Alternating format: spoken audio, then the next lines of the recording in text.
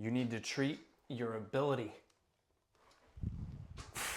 and not your symptoms to start permanently reducing your back pain.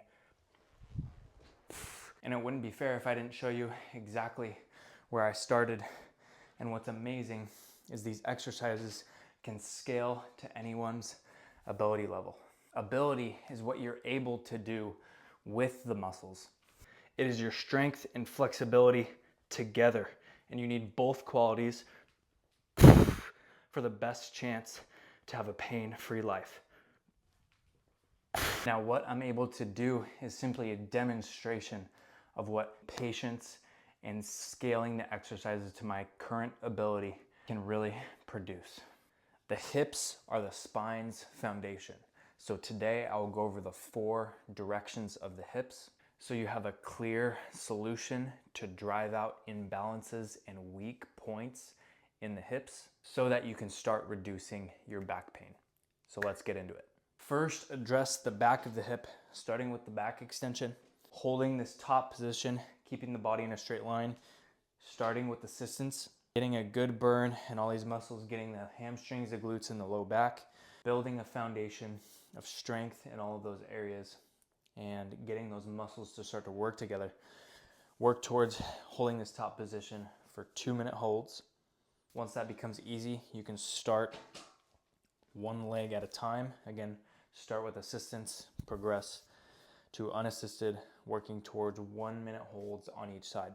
From here, you can start experimenting with movement forward until you can fully rest in the bottom position and lead down with your head and lead back up with your head.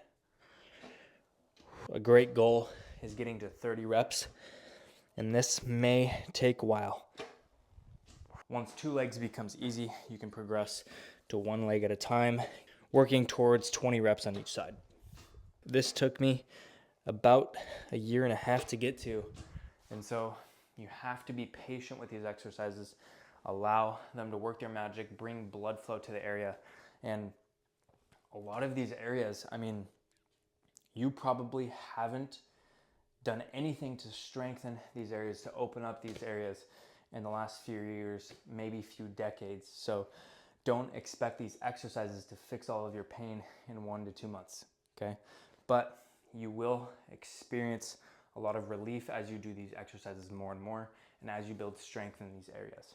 The next area is the front of the hip flexors, and these muscles connect directly to the lower spine. So when you start strengthening these and getting those muscles to work pretty hard using the hip flexor raise, you can get a lot of blood flow to the lower spine, and you can find a lot of relief in this exercise specifically. And no range of motion is bad. You can work up to getting your knee above your hip, and a great goal is 20 reps on each side with the goal of adding weight to this exercise. Now, as you build strength in those hip flexors, you need to open them up and build strength in a stretched position using the ATG split squat. The most important thing is that back knee does not touch the ground, so only go as low as you can keep that knee off the ground, because if that knee touches the ground, then the hip flexor no longer builds strength in this stretched position.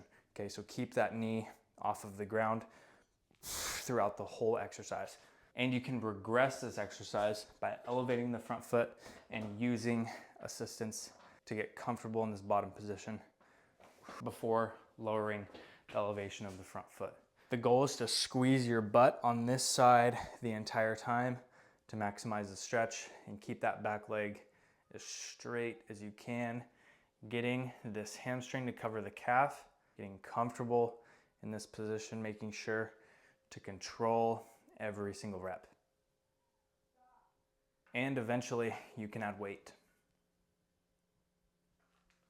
The third area is those outer hip muscles, and these muscles can be very sensitive to stretching. So start by strengthening these muscles using the clamshell. Starting on your side in this bent knee position, lift your knee as far back and as high as you can. And control down. Squeeze at the top. Really burn out these outer hip muscles, focusing on that squeeze. And once you hit about 20, then move straight into leg raises, keeping your toe pointed down, squeezing at the top, burning out those outer hip muscles. This is gonna bring a lot of blood flow to that area, get those muscles working and feeling good so that you can start building strength in a stretched position using the bench pigeon. You'll see that these muscles are stretched, but because I have to hold up my body weight, these muscles have to strengthen. So this can be very sensitive at first. So start using assistance and focus on driving your knee down into the bench to activate those muscles and build strength there. And you can make it tougher by adding a weight and sinking into your hip and then pushing up through your knee. You can sink in, push up, really get a good stretch and strengthen those muscles. And the fourth direction of the hips is those inner thigh muscles. And use the same approach as with the outer hip muscles. Start to build strength first and burn out those muscles by using a band and driving your heel inwards. You'll get a really good burn in those muscles, like 30 seconds on each side. Before moving into the butterfly, now instead of just stretching here, I like to push down a little bit and then use my strength to push up. Push down and then use my strength to push up. As this becomes more comfortable, you can add dumbbells to the insides of your knees to get a deeper stretch and to build more strength. These exercises target the hips in all directions, building a solid foundation for the lower spine. And you'll bring tons of blood flow to the area of pain, removing inflammation, flushing out inflammation, and bringing nutrients and healing to the area. I recommend doing these 8 exercises 2 to 3 times a week, making sure not to work through any pain. If you experience pain, scale back to a level that your body can currently handle without any pain and progress from there. Thank you for watching, and if this video has helped you reduce your back pain, please like, share, subscribe for more content like this, and take care.